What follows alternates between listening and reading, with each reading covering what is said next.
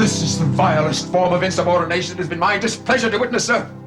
My record is without blemish, and it is beyond belief that I have to stand here defending myself in front of this primitive... Why are you defending yourself, Captain? Because if I don't, who will?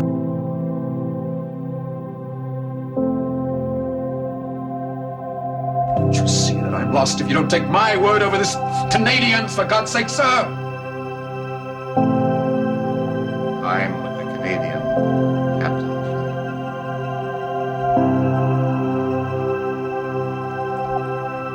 You're not, sir. You're Sandhurst. I happen to know that, sir. I was. Not before I was a Canadian, Captain.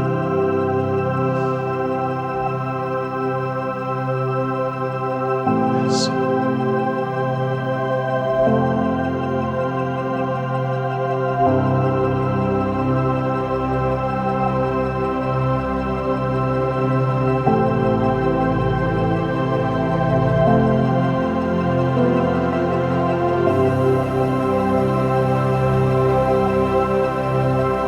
You are dismissed.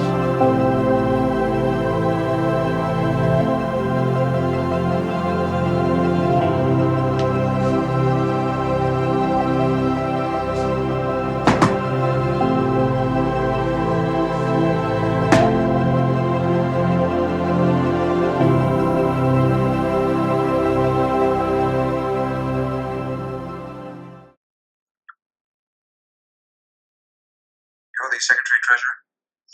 Yes.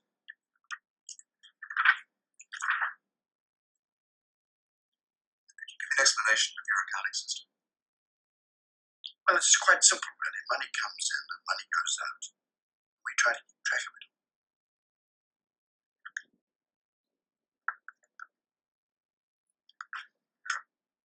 You're not believing us much. We're trying not to take anything current.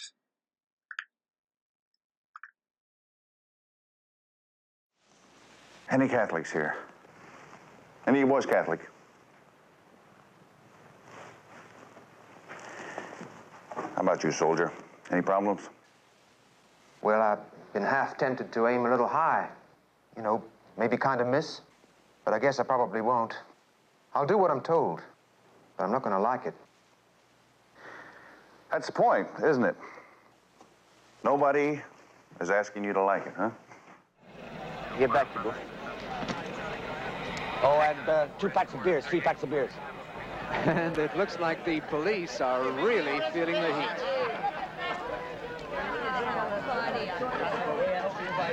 Would you come down here, please?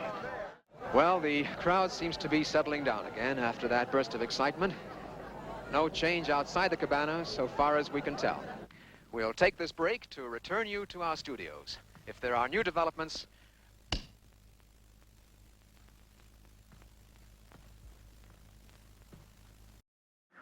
October 22nd, 1964. Mrs. Bernice Hemingway begins a family wash that will end in tragedy. She puts 18 jumbo-sized boxes of Zuck laundry detergent into her washer at one time. Can she still recall that day? Sure I do, of course. But it's difficult for me to talk about it. It was too dramatic. I just don't want to talk about it. 3 days later, Théo Touchette pulls into Andre's self-serve gas bar and buys 47 gallons of super. His tank only holds 12. Hey! But for the quick thinking of garage owner Andre Martin, the consequences of Mr. Touchette's actions would have been disastrous.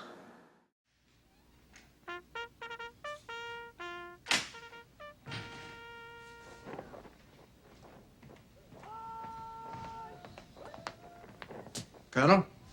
Ah, Mr. Fleming. Do you know this man?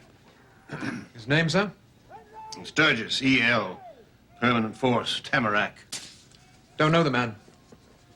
He's got opinions. Coming out strong for a complete reorganization of the militia. Starting with a step-by-step transfer of British control to total Canadian control. He's even wondering when Lord Dundonald's going back. Thinks Canada's picked up quite enough. And with gratitude and respect, go the rest of the way on her own. Morale is low. Theirs is a lifeless routine which would take on a new spirit if the leadership were fully Canadian. Well, King's rules and regulations are one thing, but he would rather have the old book bound in Canadian. Unbelievable. There never has been, nor will there ever be in Canada, the mettle of the English officer. They don't seem to grasp that we have had Eton and Sandhurst behind us. What does he think would happen if they were left on their own? Without our standards, our influence? Couldn't possibly work. It isn't the book alone, it's the superior stamp we put on them that pulls them through. Even then, they do not bear close inspection. Oh, come now, Captain. You can't say that of the 73rd Northumberland, for example. Oh, from here, sir, they make quite an impression. They might even pull themselves in shape for your bi-monthly inspections. But I would urge you to have a word with Lieutenant Lake, sir. Arrive back with the opinion that, and these are his words, when they're not stumbling, they're grumbling. Lieutenant Lake, if I'm not mistaken, is still living down a broken nose from his visit to the Grand Trunk Railway disturbance. If you don't mind my saying so, sir, he got that because he's English, which calls for more control, not less, sir. May I ask who the company officer is at Tamarack? Well, the Tamarack contingent is under strength. 20-odd men only, under Sergeant Sturgis, E.L. of that letter, with bi-monthly inspections by Second Lieutenant Cadigan and Second Lieutenant Moore from Toronto. Provisional, sir? Both provisional, yes. Permit me to say, sir, that the laxity starts there. That letter should have gone from Sturgis to Moore or Cadigan, and then on to yourself.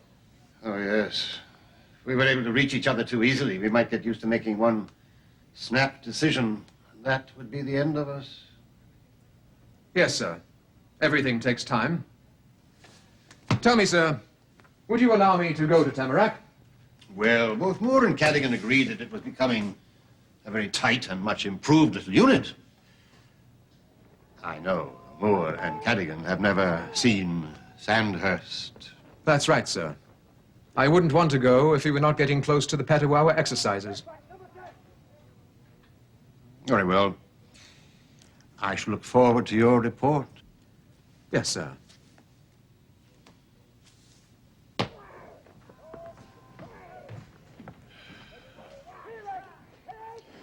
Captain Fleming. Sir? I would like you to observe only. Of course, sir. Unless they're completely out of hand.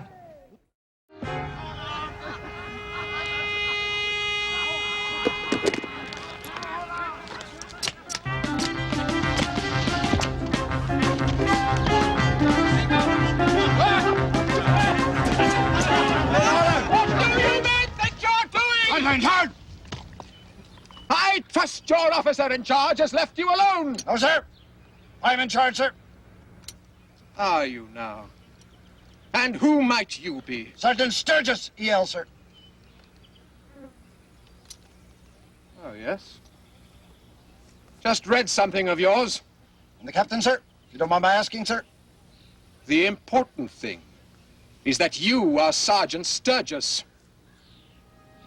Trenching, sending it out in all directions. Exactly. By you like that. You're damn right. Another blanket. Am I right? Get him one at a time. Well, I'll tell you something else that's wrong with this army, and I'll tell you right now. Sergeant Sturgis, report to me immediately in the adjoining room. Sir. Why did you men not go straight through to Petawawa? We're not due there till Monday, sir. This is Friday. We were given the extra time to drop in here, sir. By whom? Your passes, who issued them?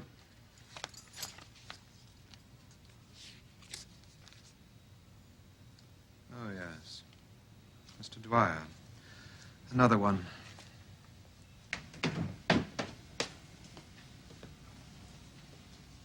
Come in, Sergeant.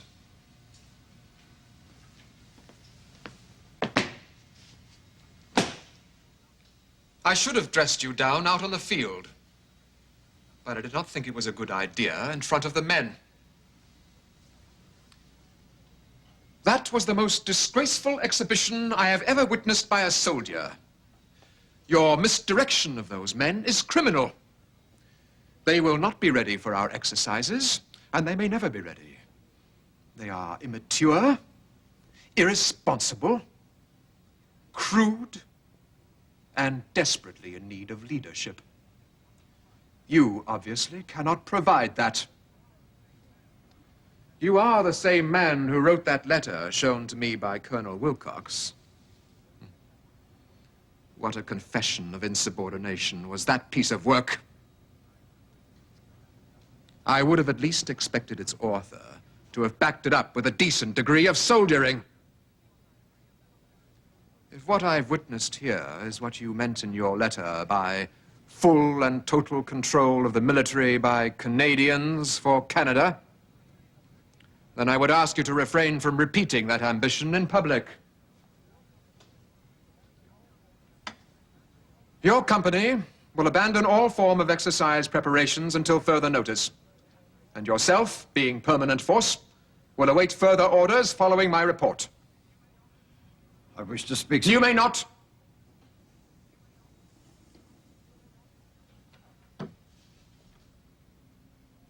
Dismissed.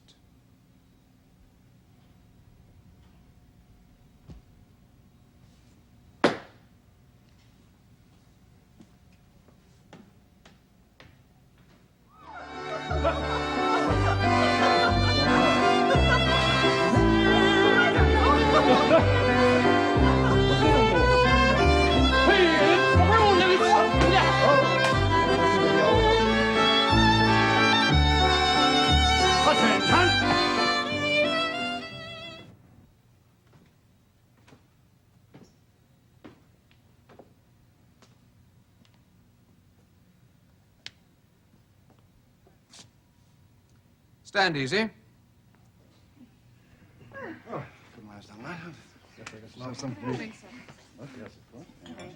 Yours? Yes, it was. What's the matter?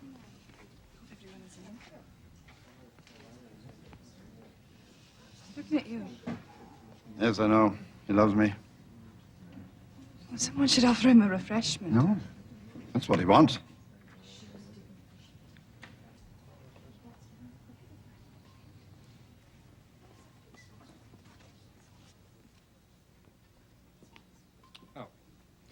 It doesn't look as if he's going to move.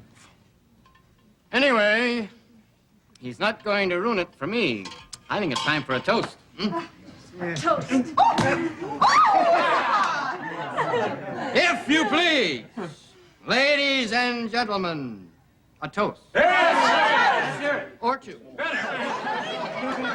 The dancing's over. They're just gonna talk for the rest of the night. We better go.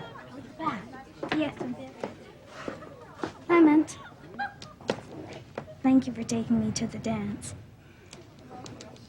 The king! Oh, you don't have a glass, sir. Well, this too, sir. Yes. The king! The king! And to Canada, our home. Long may she live and love. Canada! Did everybody hear me? Going to sleep already, sir? Tell me, aren't you ever afraid you won't wake up, sir? Some didn't, you know. And they were friends of mine. Take care, Corporal. Here's to all here. And here's to the sleeping, hard at rest. And here's to those who simply couldn't make it this evening, and we know why, don't we, sir? Sergeant! Sir? If that's what you are, you'd better keep this man respectful.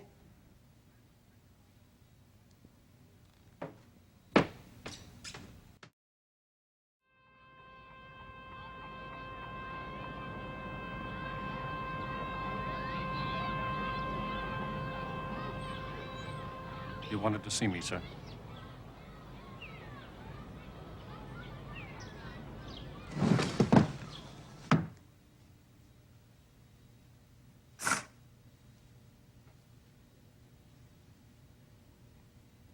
Yes.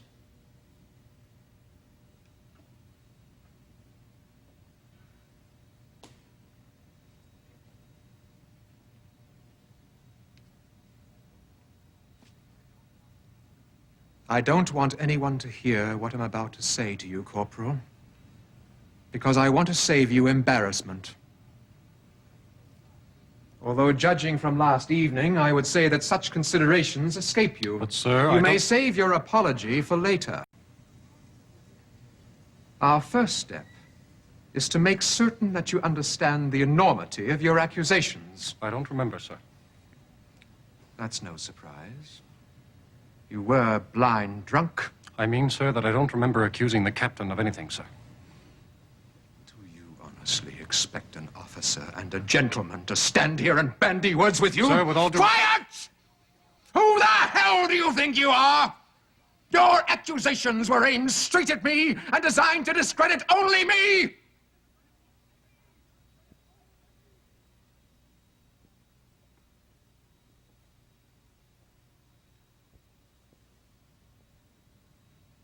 You, Corporal, are a dangerous man. Perhaps you've served enough time. Perhaps you want to be paid off. It would be a shame if that were true. Because I like to think that the Army doesn't make mistakes. And you were drunk, after all. So here's what we're going to do. In order to avoid this blot on your record, you will apologize to me in public. You will say, I was mistaken and insubordinate.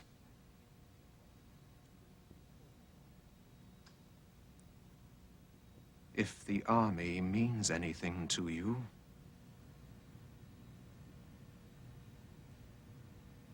I will. Sir.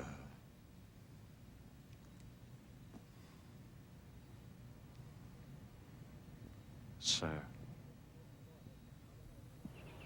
We have not yet been given the go-ahead to get ready for Petawawa. If that's what's on your mind. We are here at the request of Captain Fleming. No, Sergeant. It's not my request. It's Corporal Deering's request. Corporal Deering, sir? Yes, Sergeant. Fall him out, Sergeant. 2 paces step forward. Hard! Well, Corporal Deering, now do you have something to say? Yes, sir. Sir! In the matter of my scurrilous behavior at the Mafeking Hotel on the evening of July 1st, be it known by all present that while certain accusations were directed at the captain, said accusations were a complete fabrication brought on by my inebriated condition and were in no way intended to affect the captain's good name. I, Corporal Deering, G.W., do hereby apologize and swear this to be true. Sir!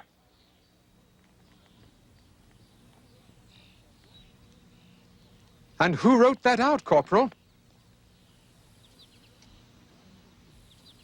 I did, sir. Apology accepted. Dismiss them, Sergeant. Huh?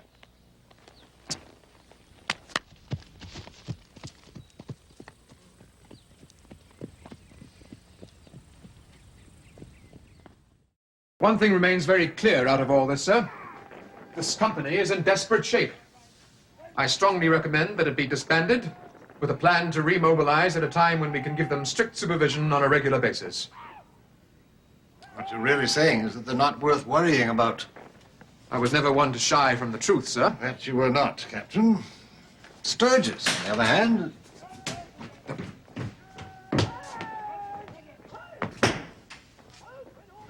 Who are you? Sergeant Sturgis, E.L., sir. Does this mean that if I hadn't spoken your name, you wouldn't have gone through that door? I'm here out of great necessity and with great respect as well, sir.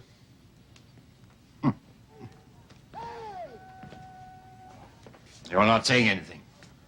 I'm stunned by the ignorance of this man.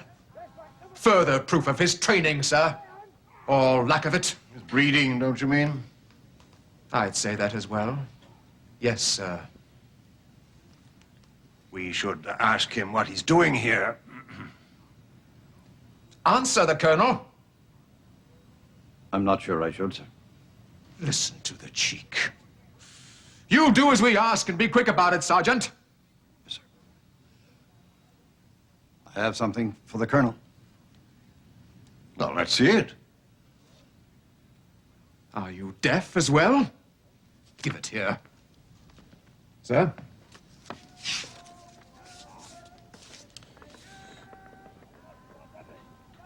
Names and dates? Means nothing to me.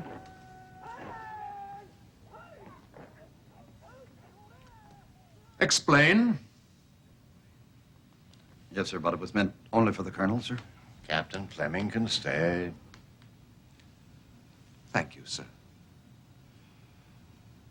Very well, sir. First, the names. Edmonds, R.J., Trooper. Fraser, I.L., Lance Corporal. Powell, L.S., Trooper. And then there are dates here as well, sir. Dates of enlistment, dates of service, South African campaign, dates of discharge. Strathcona is all, sir. And what about them? These 3 men, 2 now residing in Hamilton and 1 in Kingston, have agreed to appear before you at the Colonel's convenience to offer up evidence of certain acts of military impropriety, sir, carried out in and around the early days of the Greylandstad campaign. Yes? The evidence will speak for itself, sir. These men feel it is their duty in the name of the regiment and their unswerving loyalty to His Majesty the King to place in your custody the name of the person who had engineered said impropriety. Sir.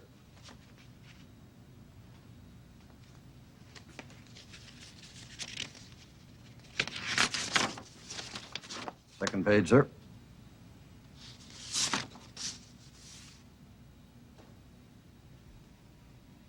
Captain Fleming. Do you know what this means? Yes, I do, sir. I wonder if you do, Sergeant. This charge sounds vengeful to me. As I said, sir, they are willing and ready to testify. This is the vilest form of insubordination it has been my displeasure to witness, sir. My record is without blemish, and it is beyond belief that I have to stand here defending myself in front of this primitive. And why are you defending yourself, Captain?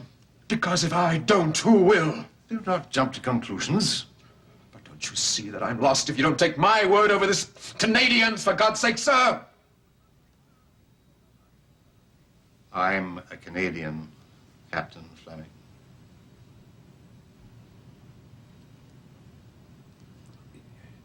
You're not, sir. You're Sandhurst. I happen to know that, sir. I was.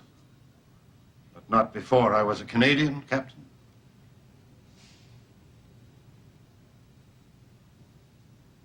Yes, sir. You are dismissed.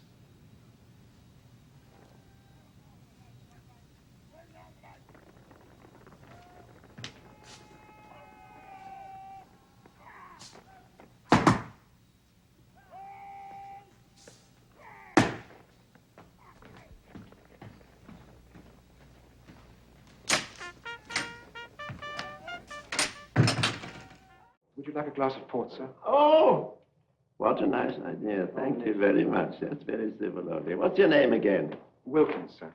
Wilkins? Here we are, George. Glass of port. That's right. Kind of you. Thank you, George. Thank you. No, don't take it away. Leave it there. We look after it. Yes, you've had good health. On my bill, of course. Ah, even the port is as good as it used to be. £100, did you say? You know, my boy, I remember watching a match here at this very table, same room, for 500. Good heavens, I'm doing it myself now. 500 guineas, of course, not pounds, guineas. Yes, sir. Of course. But as a matter of fact, it started with a fellow called Alan. Oh, what was his name? Alan Quarterman. Was he playing billiards as well, sir? No. He wasn't playing billiards. Alan Quatermain was in after. Rather a splendid start. Very good.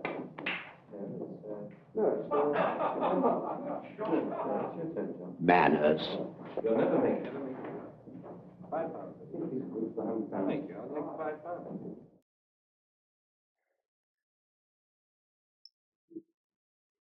You told us, Inspector, that Martin Betchley informed you and Dr. Chisholm that he had stolen the letters from Terence Whiting's studio. He also told you about the cavity beneath the floor, which is how you knew where the letters were. That's correct. So, you will agree that there were at least 3 people who knew of its existence. 4, if you include Terence Whiting. I do not include Terence Whiting, Inspector. Now, would you please answer the question yes or no? Very well, yes. Considering that Martin Betchley had shared this secret information with you and Dr. Chisholm, is it not quite conceivable that he also shared that information with a number of other persons? Oh, I very much doubt that. Well, putting aside your doubts for a moment, Inspector, it is quite possible, is it not? Yeah, it's possible. Thank you, Inspector. No further questions. I shouldn't be in the least surprised if you now told us that it was also your husband who instructed you to fill his coffee with barbiton. My lord, I object. My learned friend is deliberately trying to infect the jury with his own prejudice. Order! Order! Mr. Whiting, over the past 18 months since your love affair began with Veronica Betchley, how many letters have you received from her? I'm not certain, but I would say at least several dozen. And what happened to those letters? I destroyed them. Would you tell us why? Veronica and I agreed to destroy all our letters. It was too risky to keep them. Yet, of these 7 letters which have been introduced as evidence in this courtroom, you say you only kept 3. Perhaps you could explain why you kept those 3 letters. Yes. It was because they contained some poetry which Veronica had written. I just couldn't bring myself to burn them. Thank you, Mr. Whiting. No further questions, my lord.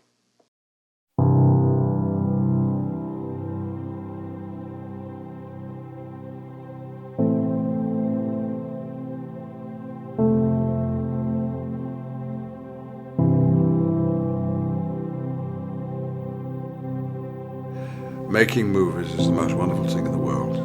Working with friends, entertaining people.